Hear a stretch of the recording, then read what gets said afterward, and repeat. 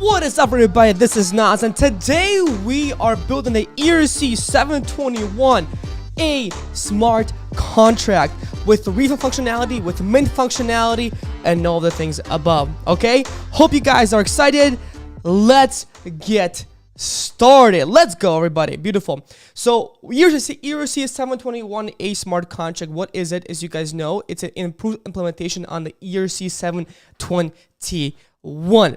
Okay, and what really it means is that it's much more efficient than ERC-721. Basically, that's the whole goal here. And so to get started on building the actual project, what is everybody? Good to see you all the way in the comments, Pranav and everybody else. To get started for us, we need to go to Remix and just get started from there. So all you want to do is type in Remix in Google. Let's just say here, okay, type in Remix IDE like so, Remix IDE, and then it'll go to remixproject.org. And then depending on where it is, somewhere on your side, you can scroll to the bottom and you will find Remix IDE right here. That's right. So click on that for right here. Beautiful. Awesome. And you will be presented with a view like this. Okay. Now, all is great. All is great. Now what you want to do is you see this little plus icon right here. You just want to hit a plus icon and create a workspace, or you probably have a default workspace right now. And now what you want to do is add the contract in the contract section. You want to do right click on it, hit new file, and then call it ERC-721A with refund. There we go, the SOL. Beautiful. Okay, so that's going to be your smart contract that we are building today. All right, so we've created our file, and so forth. The next step we need to do is we need to go ahead and actually create our smart contract using an OpenZepplin wizard. Okay, so let's go ahead and do that. Everybody now go into Google and type in OpenZepplin wizard. Boom, done. Okay, OpenZepplin wizard, and on the wizard you will have a few options. You have the ERC-721, ERC-725, and we only need the main one, which is ERC-721. Okay, and here it is, right? You've got your token and so forth. So name it, right? Let's go and name our contract. Could be anything you want it to be, whatever your heart desires. Okay, it can be the best thing in the world, Web3 builders. It could be doesn't matter, honestly. All right, so I just want to name it. I'm going to call it Web3 Builders. Boom, that's going to be my contract. That's going to be my project, right? And I'm going to call it Web3, WE3. I think it's just a symbol. A symbol is like a token for, think of it as like a shorthand for your contract name or for your smart contract or for your NFT. Base URI, I have that down in the description, guys, so make sure you follow down below to do that, right? And the ipfs I have for you guys is right here. Let me go and copy that. You should see it in the description of the video. Here is my ipfs. I've already uploaded the JSON data for you, so you don't have to worry about that, okay? Then just hit mintable. Beautiful. And that's pretty much it so far. Okay, I don't need anything else on top of that because we're going to change a lot of things in any case. Now you want to copy all of this. Copy. This copy to clipboard never works for me, so I just copy like that pretty much. Okay. And then you want to go back into Remix right here, I believe. Yes, right there. Beautiful. I'm going to go back to Remix. Actually right here. So here's our contract that we've created before, and now boom, paste it in, say okay, for on the warning sign. Don't worry about that, not the most important thing that we need right here. Okay, now a lot of things that we're gonna change. So as you know, this is the ERC-721 smart contract, not the ERC-721A. That's right. So what we want to do now is transform this into the ERC-721A. Got it? Let's go to ERC-721A right here. So I have this ERC-721A.org where you can go to GitHub and actually find it. Okay? Boom, boom. All great. You can read through it. You can read through the contract section. But we are actually not using this one. That's right. We're not using that one. Right? We are instead going to be using a one from something called ERC-721R. So that one is where it includes the refund functionality. So all you want to do is go to Google and just type in ERC-721R right there. 21R 21 right there. So there you go. And you should see this right here. EXO Digital Labs, ERC-721R, refund, and so forth. So click on that. All right. And you know, you can read through this as well, but the main thing you need to understand is go to the contract section and you have a custom ERC-721A contract. So there it is right here. Okay. And this is exactly what we need to import basically into our smart contract. Okay. All you got to do is you see this link on the top right there. Awesome. All you got to do is just copy that link, hit Command C, go back to your remix. Okay.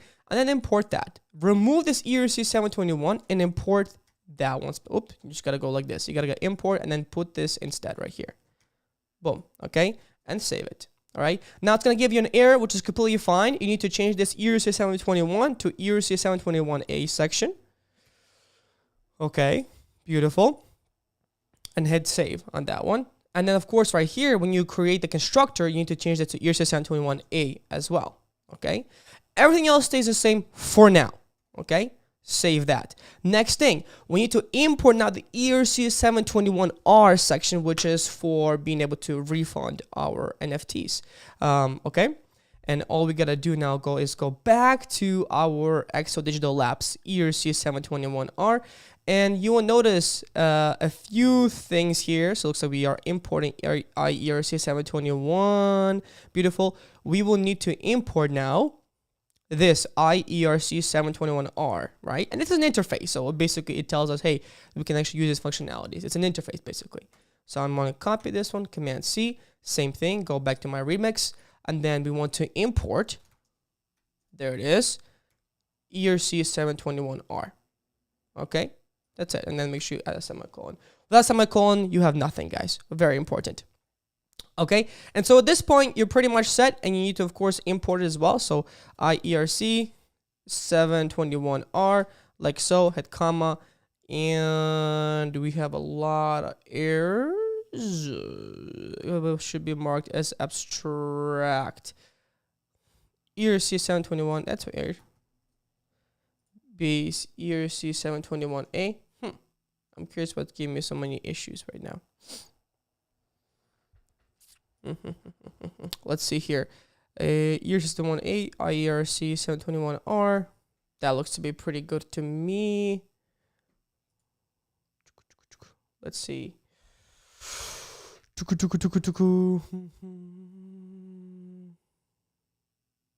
Refund. I'm wondering if I am importing the correct one in terms of the ERC-721R main contracts. Yeah, I mean, it looks good to me. ERC-721A, ERC-721R, ownable. Maybe we don't need this ownable. Maybe that's it. You know, forget this only owner. But we do need the ownable. That's pretty important, I would say, for the ownable to be in there. You know, it doesn't make sense to not be an owner. I'll say it's pretty important. Okay, so let's remove this ERC-721R for now. Not necessary, I guess. Okay, not the most important thing. Beautiful. So now we've got that part. Let's go ahead and talk about the differences between ERC-721A and ERC-721. And what I got for you is pretty much something, a really cool presentation that you will see right here, right? And I want to touch on that. So as you guys know, we have ERC-721 where a person owns what? An NFT, correct? Beautiful. All right. So one person owns one NFT, like for example, like in this case, this is the Bored Ape, right? Beautiful. Now, in terms of how we save that data in a smart contract, you'll notice here's the contract example.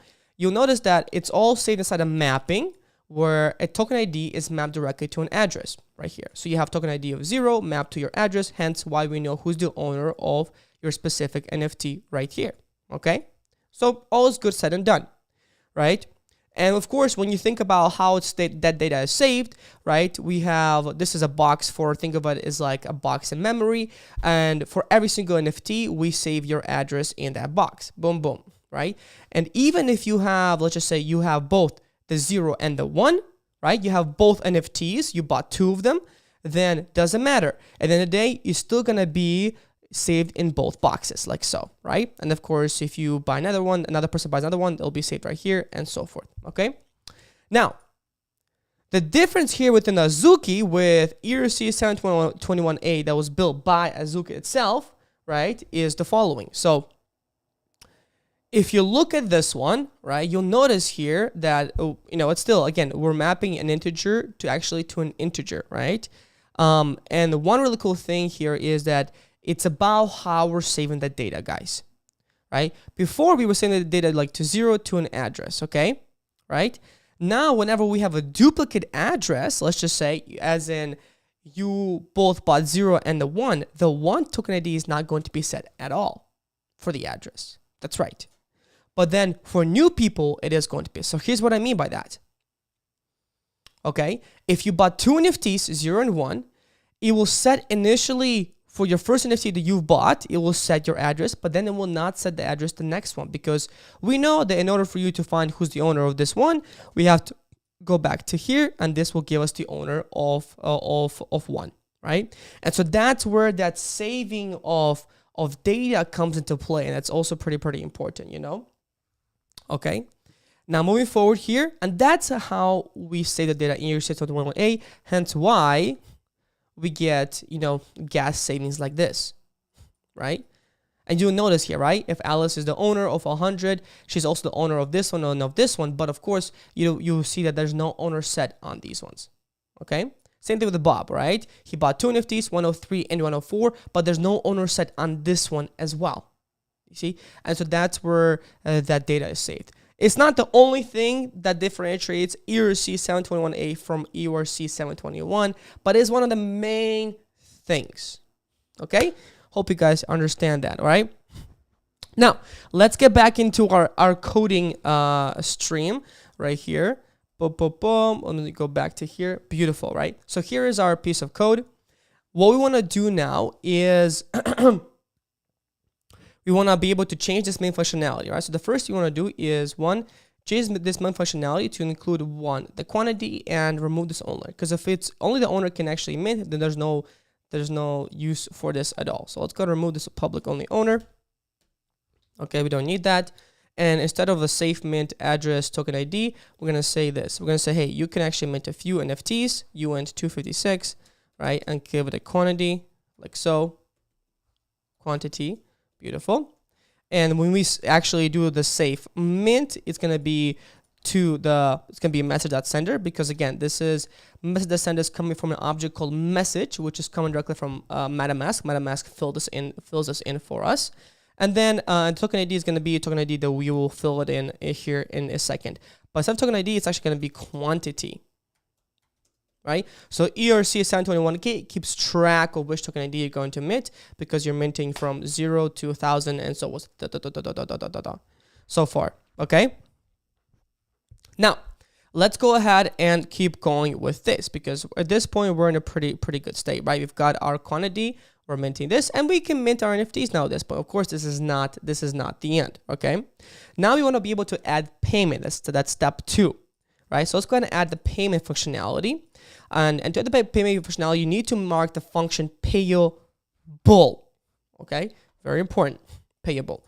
So let's go and mark the function payable, because that's how we accept payments, payable, right? And let's go and create on the top, create the cost of this of individual NFT. So we're just going to create a constant. In our case, it's going to be uint 256, like so, public, okay? Constant, so meaning it's not going to change. And then we're going to say mint price is equal to, right now it's going to be 1 ether. Very important, guys, right? Ether, not ETH, okay? Ether, not ETH, okay? Very important. Ether. So we want to go ahead and save that now. Beautiful. That's going to be our mint price. And in order for us to actually understand, to actually require that payment, we have to do a require statement. So we say require, and you say message.value should be what? Should be greater than or equal to, what is it? Mint price? No, it's not just that, because if you're trying to buy 2, let's just say the mint price is 1, right? If you're trying to buy 2, technically you have to pass in how much money? You have to pass in 2 NFTs, correct? Pass in 2 Ether, I'm sorry. So we need to multiply mint price multiplied by what? Quantity. Quantity, right? Boom, boom. So basically, if we buy 2 NFTs, we need to pass in 2 Ether.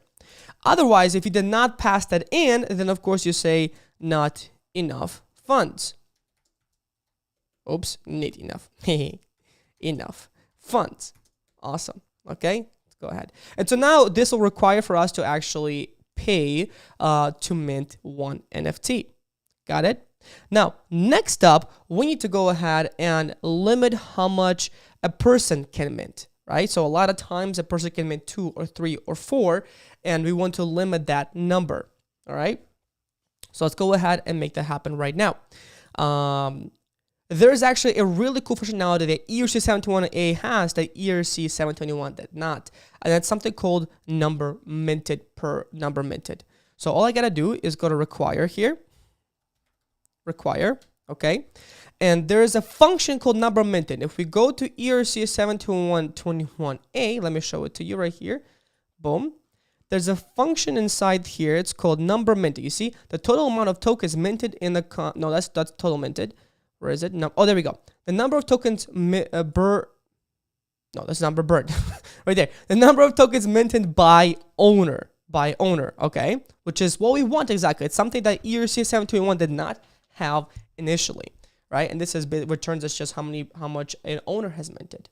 So all we have to do, if we go back to our remix, is say, hey, the number minted,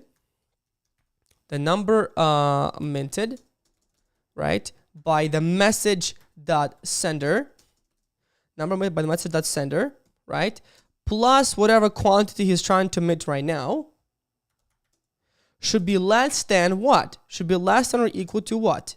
Some number, right? The max minted per user, max mint per user. So let's go and create that constant here. So we say UN 256 public, right? Constant, right? Max mint per well, what should we say? Max mint per user, like so. Well, let's just give them 5, right? So a person can only mint 5 NFTs in general, right? And so it has to be less than or equal to whatever the max mint per user is. Come on, user. I thought it would give me like some suggestions, but it does not, okay? That's okay, no worries here. So now, if you're trying to mint, let's just say 5, right? We're trying to mint 5. It's going to say, okay, number minted so far is 0, because right here, plus 5, okay, is still 5. But if you're trying to mint 6, let's just say, then it's not going to be good. And hence, why if you're trying to mint 6, it's going to be 0 plus 6 and plus 6, and that's more than max mint, and that's going to give you an error. And so we want to specify an error here, and this error would be like mint limit, mint limit. Boom. Okay, beautiful, sweet, beautiful, awesome. So we have required that, okay? Let's go ahead now also require the total supply. Meaning, if there's 10,000 NFTs right now, right? Well, we want to make sure that people cannot mint, in general, more than 10,000 or more than 1,000, whatever that number is. So to do that, we need to do require. And inside here, we say, okay, there's a function called total minted. If you go back to our ERC-721A, that's already built for us. Yes, there's a total supply function that works as well, but there's also total minted. Where is it? Total minted, right there. The total amount of tokens minted in the contract, okay? That's it. So it's a very useful functionality for us. So let's go back to our functions. So we say here, underscore total minted, right? Ooh, has to be what? Has to be less than or equal to, let's create a max supply. So right here, we can create uint 256 public, right? No, not public, like public constant max mint supply. And let's just give it maybe 100 for now. It could be 1,000, it could be 10,000, whatever your heart desires. Okay, very important. So we should be less than or equal to what? Max mint supply. Okay, otherwise we say, for example, supply exceeded. Okay, that's it. Or we just say sold out, right? Sold out. That's the error message pretty much. Now, very important here is that we need to account for the quantity as well, because if we say just simply to mint it, then you might have minted 0, let's just say, right? But now you're trying to mint, let's just say 10,000, okay, let's just say, or 100. Well, it's still going to mint it for you. So you have to actually add the quantity inside here to accommodate for that. Beautiful. Let's go ahead and semicolon. Awesome. So that's kind of that. So we've, max mint, I misspelled that, max mint supply. There we go. Beautiful. Right. So we've got that, okay? We can now mint, as many fees as we want, not as many, but there's a certain limit per user. There's a limit in general for the whole contract. And then, of course, it requires payment. So, which is really cool, okay? Right? Now, moving forward here, let's go ahead and create a withdrawal function. So we need to be able to withdraw funds from here because, of course, as you know, whenever you make or you pay, towards the smart contract, where does the money go? The money goes directly into the actual contract. It becomes an escrow account. And so you have to withdraw it you have to withdraw that money pretty much to accommodate for that, okay? This is very important, by the way. A lot of people have actually, there's a smart contract that have like millions of dollars in them because people forgot to create a withdrawal function. It's pretty insane. Okay, so let's go ahead and create that. Let's go ahead and make the withdrawal function. So all it is I'm going to say here, function withdraw, right? Withdraw, and then we don't need to specify to who we're withdrawing to. We say external, and then only owner. So only the owner can actually withdraw this function, okay? Very important, okay, guys? Withdraw, only owner, okay? So to do that now, what we gotta do is we have to say here uint, so we'll get the current balance of the contract. So uint 256, like so, 256, and we say here balance. And to get the balance, all we have to do is we say address this dot balance. Right? So how much money does the current contract have? And that's what gives us that ability, guys. Got it? Beautiful. That balance. What does it say? It can be restricted to a view. Well, not yet at least, okay? Now, since we have the balance, we have to, what? We have to pay to that balance. So we say address dot send value. And here we say payable. We make the payable who? The owner. The owner. So whoever is the owner of this smart contract, or it could be the message.sender, right? So it's probably message.sender, for example, message.sender, right? Comma, and we're gonna send them the what? The balance. There we go. And so now we're gonna send this value to the message.sender or the owner of the smart contract, because of course you can see only the owner can actually do this. Okay, makes sense. So now let's go ahead and test this out, guys, right? Very, very simple. To test this out, all you gotta do is now go to your deployment. This is your compile section, right? This is of course your compiling section. And if you go to advanced configurations, you wanna do enable optimization to 200. This is just to make sure that your files are a bit smaller in size and hence decreasing your gas fees, okay? Pretty important too. Now, if you're gonna go back to our deployment script right here, we wanna go ahead and deploy, right? So make sure you select the correct contract. I think in this case, what did I name it? ERC-721A with refund. So let's make sure I have the correct one. That's exactly which one. Hit deploy. It's gonna deploy. You're not using Gorelli testnet or anything like that. So, and you should see it right here on the bottom. Beautiful. All right. And these are all the functions you have available because of what? Because of ERC-721A functionality. That gives you a lot of the base functionalities, okay? Now, from here, we need to test out minting NFTs. So let's try to mint 2 NFTs. And if we transact, you actually notice that there is a not enough funds section, meaning you have not passed in any money whatsoever. And so that's bad, right? It's like, yo, give me the money, okay? Give me the money. So to pass in money with Remix, all we gotta do is pass it in right here, this value section, okay? And if we're trying to mint 2, how many ether do we need? We need exactly 2 ether. Exactly, 2 ether, right? So I'm gonna pass in here, go into way. I'm gonna select ether here. I'm gonna hit backspace and just say 2 ether like this. And make sure you click out of it to make sure that it saves that amount.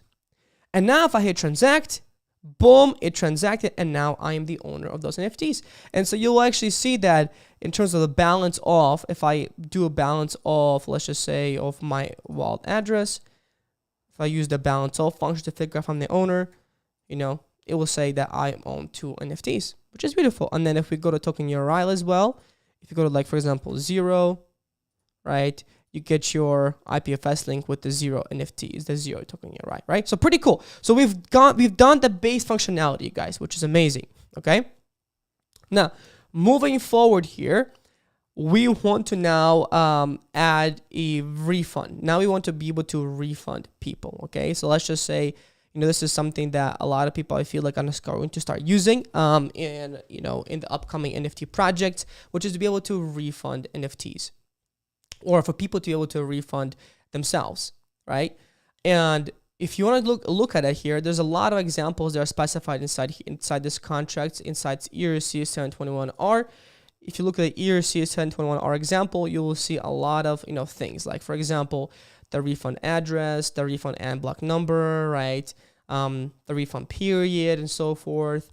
And so this kind of gives you some knowledge of what you actually need. All right.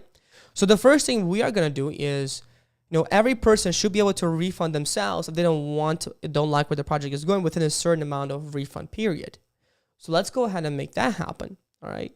So the refund period in this case is kind of like this, right? But we're going to make this a little bit different for the refund period. All right. We're not going to use the block number. I'm not a big fan of that. So instead, we're going to create this. Check this out. We're going to say here, uint 256, right? uint 256, public constant. Okay, again, doesn't change. I'm going to say refund period. There we go. Period is equal to, pretty interesting actually, it's going to be equal to 2 minutes.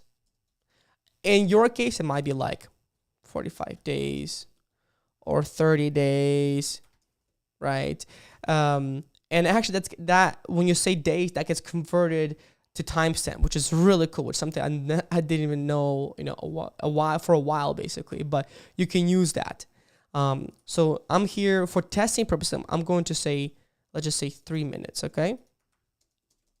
Boom, for now, right? So what does that mean? That means that people can refund their NFTs within 3 minutes, right? So that's going to be our refund period, okay? Now, we have a refund period. Now we want to go ahead and add a mapping, because whenever people refund, we need to say, hey, if you minted, let's just say tomorrow, you should still have 3 minutes, to refund. So we need to create a mapping that stores when your and refund timestamp is. Very important here. So I'm gonna create a mapping here. It's gonna be a mapping like so. And it's gonna go from a uint 256 from a token ID down to, and also uint 256, like so, right? And that's going to be a public mapping, and it's going to be a refund and timestamp, like so, okay? Right there, refund and timestamp. So this is going to be a mapping for the refund and timestamp, okay? Beautiful. And then we're going to create another uint 256, and this is going to be public as well. And this one is to know, okay, when is that end of the timestamp? When is that end, right? So refund and timestamp timestamp. And I know it's the same variable as this, but we're gonna call this timestamps because this is a timestamps per user, right? So token ID of 0 has this refund timestamp. Token ID of 1 has another refund timestamp. So different timestamps per specific NFT. Okay. So there we go. Refund and timestamp.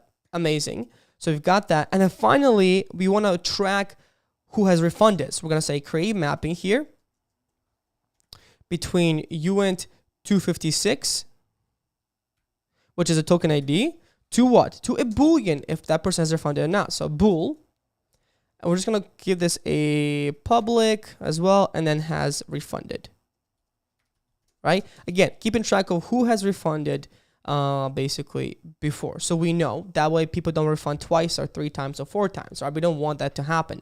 That doesn't make sense. Okay? So awesome. I love that. The next thing we need to do now is figure out refund address. It's like, where is the refund address going to be used for? So when a person refunds the NFT, when a person refunds the NFT, right? The NFT gets removed from their ownership, and then it goes back to the owner of of the actual contract. That's right. It goes back to the owner of the contract. That way you can sell it, later on down the line, let's just say, right? But that's what we want to do for now. So a refund address is going to be an address that gets refunded right here. So I'm going to create a address here. Address public, and I'm going to call this refund address, right? And I'm going to set this to nothing for now, right? Okay, but that's completely okay. And then inside here, I'm going to say address or refund address is equal to address of this, like so. So it's going to be the address of the current contract. Okay. Okay, beautiful. And then let's figure out what the refund timestamp and timestamp is. And of course, right now, the refund and timestamp is what? Is equal to, so what is, if we give it like 3 minutes, we need to take the current timestamp and do what to it? We need to get the current timestamp and then add the refund timestamp. Got it? So let's go ahead and do block.timestamp plus, right, plus refund period, like so. Refund period, right? And so we'll actually correctly calculate how much that is. So if it's 3 minutes, it's gonna add 3 minutes to the end timestamp. Okay, so beautiful. So we got that. I'm gonna shift some things around because I'm a big fan of putting address types or things together. So let's just say here, this is correlated to the mint, the NFT mint. So I'm gonna separate these, and then I'm going to put the refund stuff as well together, like so. So this actually creates your contract a little bit more cleanliness as well. So I'm a big fan of that. And then it actually makes it more guest friendly, because if you put mappings around the mappings, uint256 or 126, the compiler can be a little bit more efficient in terms of how it saves that data. Okay, beautiful. Now we need to save the data in terms of we need to figure out what the refund timestamp is per person whenever you mint the NFT. So let's go ahead and do that. Okay, so let's figure out your current refund end timestamp, because you might be minting today, you might be minting tomorrow, it might be minting the next day. Okay, so our goal is to figure that out. So we say refund and, why is it not giving me suggestions? Refund and timestamp right here is equal to what? Refund end timestamp is equal to the current block timestamp, block.timestamp, plus the refund period. Period. There we go. Hello, everybody. Good to see you guys. Those of you who are in the chat right now. Okay, so that's gonna be our refund and timestamp. Now, we need to save that. Save that where? We need to save that in the refund and timestamp section, so we know per token ID. Now, how does that happen? Well, we need to create a loop. Okay, and I know it's not the most efficient thing to do right now, but for now, we'll just make that happen. So we're gonna say create a loop for. Okay, for. we're gonna say here uint 256. Okay, right, is equal to, this is very, very important, guys.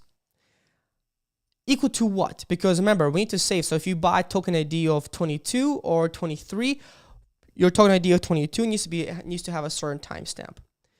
And so how do we know the specific token ID? Well, it's something by using something called current index. If we look at our actual ERC-721A example, like right here, you will notice there's a current index right here. The token ID of the next token to be minted. Okay, so if you minted, let's just say 3, you have 0, 1, right? So if you, let's just say here, let's think about it here. If you minted, boom. If you minted 3, here's our, you know, like so, 0, If you minted 3, then you technically you have this NFT, 0, 1, and 2. And the next token to be minted is going to be which one? This one, right? And so that is currently our current index right here. Current index. Okay? And what we need to do now is we need to save the refund timestamp for these ones. This one, and this one. So that means what do we need to do? We need to subtract them. That means our I does not start from here, from the current index, okay? But our I starts from the current index minus what? The quantity. So it's 3 minus 3, it's going to be 0, okay? So we say here underscore current index minus what? The quantity, right? So we're going to start from that number pretty much, okay? And then now we need to make sure that the I is less than the current index, right? Right? And of course, we're going to do I++. Boom. So let's go ahead now and save the refund period. So we'll say refund, what is it? Refund and timestamps. Beautiful. And timestamp at the position of I is equal to what? Is equal to the refund timestamp, like so. I believe timestamp. There you go. Awesome. Refund timestamp. Refund and timestamp, sorry. Refund and timestamp. Beautiful. Right here. Okay. That's so good. Okay. So now we're saving the refund and timestamp for every single person who's actually minting the NFT, which is amazing, right? So if it's 2 minutes ahead, we know that you can refund in the 2 minutes ahead. But of course, we're not done yet, guys. So we have saved the data for the refund, for the refunders, okay? Now you minted your NFT, you have 10 days to refund. You know, another person mints their NFT, they have 10 days to refund as well, but from the time that they minted. All right? Now, let's create the refund actual function. Let's create the refund function. So I will say here function, refund. And just so you know, for those of you who are interested, where you can actually really understand this, or, oops, let me go ahead here, where you can actually fully add, undo, file, open, close tab, there we go. Where you can actually understand this is if you go to ERC-721R, which is for the refunders, okay? If you go to there, and if you just scroll through and you want to look through it, you will actually notice a lot of examples that you can use. So if you go to contracts here, you get this example.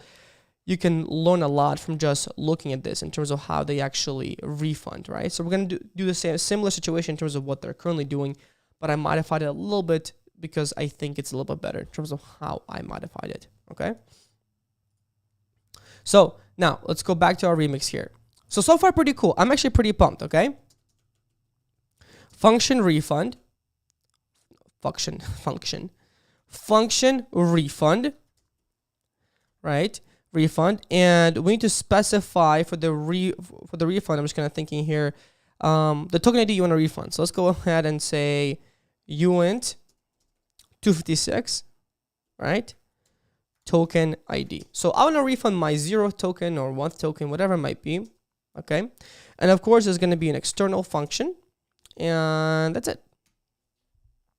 External function, and that's it, okay? And I believe I have to override it too, but I'm not. I think right now we're fine for now. Let me just double check if I need to override this function, because there is the refund inside here.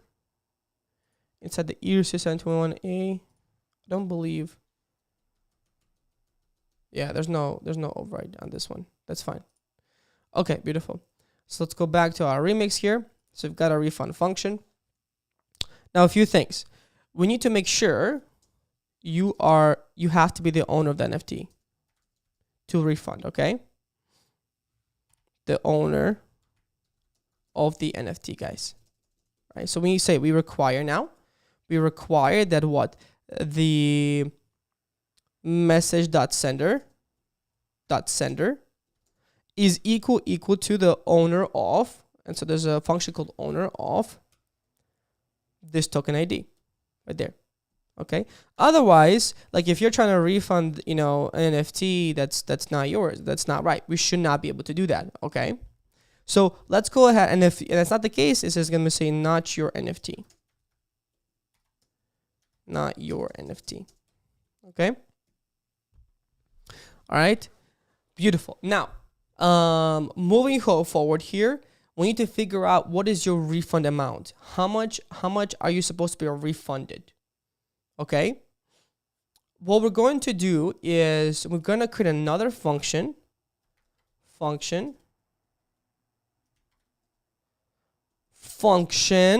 right here, and let's call this function get refund amount. Okay, and again we're gonna specify the specific token ID. So I'm gonna say, hey, UN 256, and then we'll say token ID. Boom, awesome. And then public, of course, view returns, and it's going to return a number. Also UN 256 256. There we go. Beautiful. Okay, so get refund amount to figure out how much you're actually going to return. All right, and to do this, what we do is return the mint price. For now, I'm going to return what? The mint price. Okay, right now, but we only want to do that, right, if you have not returned yet. So if has returned,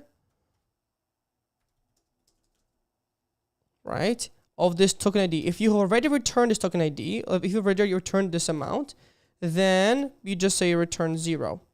Right? So if you already have returned it, let me see, let me keep checking this. Has returned. Do I have oh, it's called has refunded, sorry. It's called refunded. There we go. Has refunded. Okay, beautiful. So if you already have refunded, then of course you return 0, okay? Otherwise, we just return the mint price. Okay? Pretty simple here. Mint price. Now, so here, what we need to do UN 256 refund amount is equal to get refund amount of the token ID. Token ID. Okay, this is going to tell us how much you were actually going to refund to you. Okay, very, very important.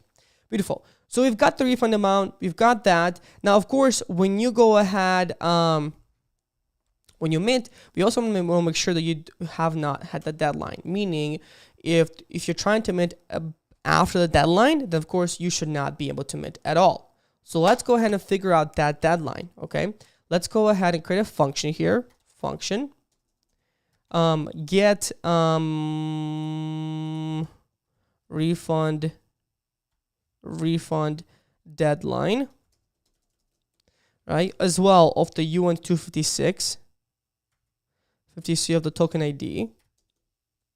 Also going to be public public view, and it's going to returns also UN 256 because it's going to return a timestamp. Beautiful. Right, so to figure that out, we want to make sure, okay, also as well, if you have refunded or not. So if you have refunded, if you're refunded, then just, deadline is 0. You should not be able to refund at all. Otherwise, we return, we have to go back to where we say the timestamps, right? This refund timestamps. Boom. and we specify the token ID for that one. There we go. Otherwise, we get the refund timestamp of that. Okay, so get refund deadline. And so now what we need to do, guys, right, is we need to make sure that when you're minting your NFT, your current time is less than what? Is less than the refund time, right? So if I have, think about it, you go to a store and you want to refund a product, okay? What do you want to do? You want to refund the product. You cannot refund the product past 30 days. It has to be less than whatever that refund period is, okay? So let's go back to here. And basically, all we want to do is just hit require, boom. And we want to say that the current timestamp, block.timestamp, so that's something that's available to us, block.timestamp, should be less than, right, than the get what? Than the get refund deadline. Like so. Refund deadline. Of course, just pass in the token ID here. Okay. Otherwise,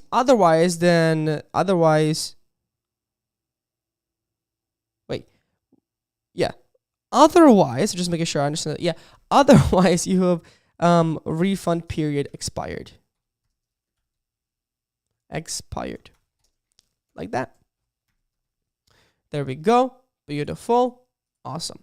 So, okay. So we're getting this. Okay, great. All is good, right? So we're trying to refund now. We've got the refund amount. Okay, beautiful, right? And now a few things we need to do. First thing is we need to transfer the ownership. Transfer ownership of NFT. And then, of course, refund the price. Okay. And then, of course, mark refunded. All right.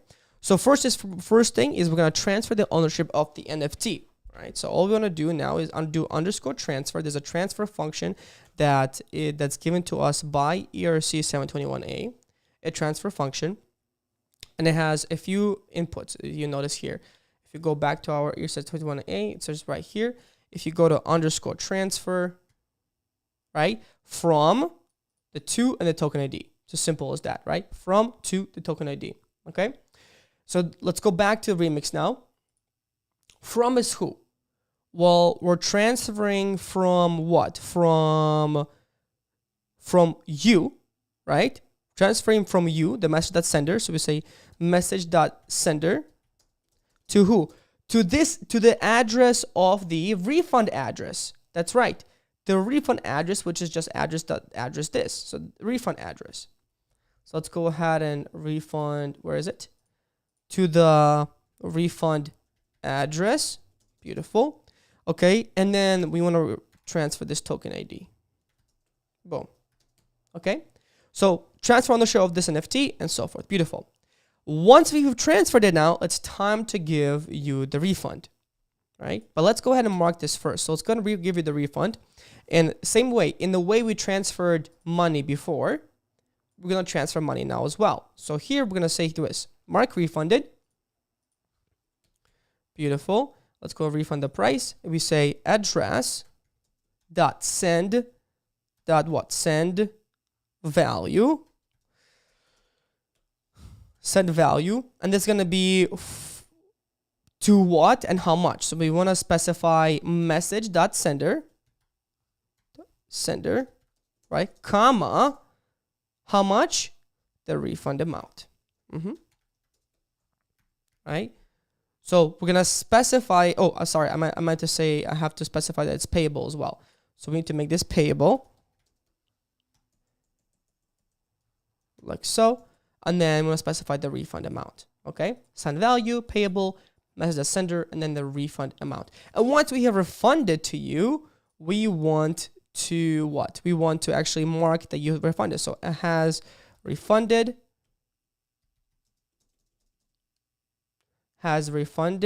of token specific, the token ID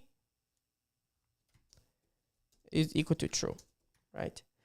Now, very important that we need to do though, this is a little bit unsafe because this can cause for a reentrancy attack, right? So if this function gets called multiple times, you can potentially have the ability where you just send yourself the value, many times. So prevent that, we need to put this above actually this. it's literally one line of change, because if you try to call this function, well, this gets set first and then we set the value, right? And so hence now that's going to be a problem, because if you try to do it again, then it will just never get to this, right? This is called a reentrancy attack, which is really very interesting, guys, which we can talk about later on. But that's pretty much it. So we set this to be true, we send the value, we change the ownership, and that's it. And that's your refund function. Now, we're not done yet, because the withdraw function needs to have accommodated for this too. We cannot withdraw past the refund period as well, right? There's no point of people to refund the amount or to withdraw the amount if the refund period has not passed, right? So in 30 days, that money is locked in this escrow account, and it's like, hey, you cannot take that money unless, you know, it's past the 30 days mark, okay? So let's go ahead and do that. So the withdrawal function needs to be, we need to require that the current timestamp, at the current block.timestamp, what? Timestamp should be greater than what? Greater than the refund. What is it? The refund and timestamp. The refund and timestamp, exactly. Right? So we need to be past this. And then if not, it's not past the refund period. Okay?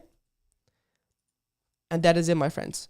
So we check for that. If that's the case, then you can actually withdraw the money, and boom, you're done, right? You're all good, right? So what this does is this basically makes the project actually deliver, right? This prevents from scammers. And so people who will be a lot more comfortable in putting money into an NFT that has a refund, right? It has a refund potential. So there's pretty much that, okay? Now, moving forward here, let's go ahead and add to this, of course, and we need to just test it now. Let's go ahead and test this out and see how this is working. So again, let's look into our deployment right here. Let's click on our deployment, click on deploy, close out all the other deployments, because sometimes when you have too much, it's like you cannot keep track of it. So I'm gonna hit and select the new one and hit deploy. Beautiful. Okay, awesome, sweet. So now let's go ahead and actually mint an NFT, and we have 3 minutes to completely refund, right? 3 minutes to completely refund. And so let's go ahead and try that right now. So I'm going to mint, let's just say 2 or 3, 4 NFTs. Let's actually mint 6. If we should get a error if we try to mint 6. Let's see. If I try to mint 6, and if I try to pass in 6 ether, doesn't matter, because it should give an error as well. There we go. See, mint limit, right? So you cannot mint past, you can only mint under, maximum is 5. So let's mint that maximum 5 and pass in 6 ether instead. Boom. Let's go and transact. There we go. So we have minted 6 NFTs, and you can actually check the total supply here. It looks like it's 5, the total supply. Okay. And then here's token URI. So if you could close that, there's our token URI, which is beautiful. That's amazing. And that's it. And now let's figure out the refund period. This is the refund period, which is 180 seconds, because we're saying 3 minutes. Okay. And then let's figure out the refund and timestamps for every single NFT. If you go to 0, for example, this is the refund timestamp for that one. You see what I mean? So we know the refund timestamp for every single one. Okay. Now, if we try to refund, it will actually work. So let's go ahead and try to refund. And you notice here, this thing right here has 6 ETH right now, right? Has 6 ETH. Okay, great. And then here we have how much? We have 6 ETH inside here. And we why does it have 6 ETH? Oh, did I pass in 6 out of 5? That's okay, right? So it has 6 ETH. And now what? Now we want to go ahead and refund, for the mint price. So let's try if we want to refund 1 NFT, let's just say. You should notice that this 6 ETH becomes 5 ETH, and we should notice more money inside our account right here. So just keep track of that, guys, okay? So let's try to refund 0. If you hit transact, boom, has refunded.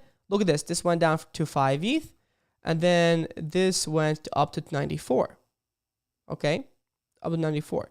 Now, if we wait 3 minutes, I probably should have done like 1 minute or something. I don't want to wait 3 minutes, but if we wait 3 minutes, then we should not be able to refund. But like, for example, you notice here, if I try to withdraw, it will not let me withdraw because, right, it's not past the refund period yet, right? So 3 minutes has not passed since I minted to be able to refund the money, or to withdraw the money, I meant to say, right? So we have to wait 3 minutes, which is unfortunate. Doom, doom, doom, doom, doom, doom, doom, doom, doom, doom, doom.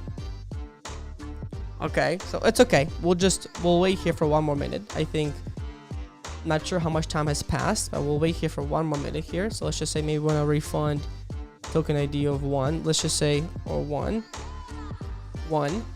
Let's see if it's not refunded. Yeah, so 3 minutes is not passed yet in that case.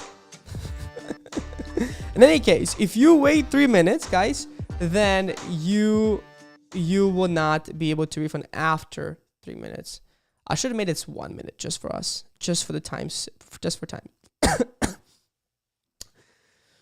Oh, that's funny. Just for time's sake, you know. Let me try to withdraw again. No, it's not passed. So it looks like we're still not at 3 minutes, guys. Thank you very much. You guys are amazing. I love your comments, by the way. Just say turn into the stream. Say tutorials are really helpful, mate. Thank you. I really appreciate it. I hope you get to watch this one. This is a really cool one where we get to create the ERC-721A Smart Contract with the refund functionality, which is like becoming like a new thing basically. So my suggestion, definitely watch the recording here once it's live, guys. Okay, let's try to do it again. So if I can withdraw, then I should not be able to refund. Let's try to refund again a specific token ID. Let's say 2. A refund period has expired, and it's exactly because we've passed the 3 minutes mark. That's why the refund period has expired. Okay, and that's pretty much it, honestly. So this was your ERC-721A Smart Contract. Okay, with the refund functionality. You know, this is really clean, really well done. And of course, there's more to it you can do once you actually get set up. If you want to learn more, if you want to learn how to build the ERC-1155 or ERC-721, click, I think it should be right here. Click the video below where we actually get to build ERC-1155 smart contract with like main functionality, you know, with public mint, with allowless mint, and so forth. Okay, guys? On that, that's pretty much it. Hope you guys have a great day, and I will see you in the next video. Bye!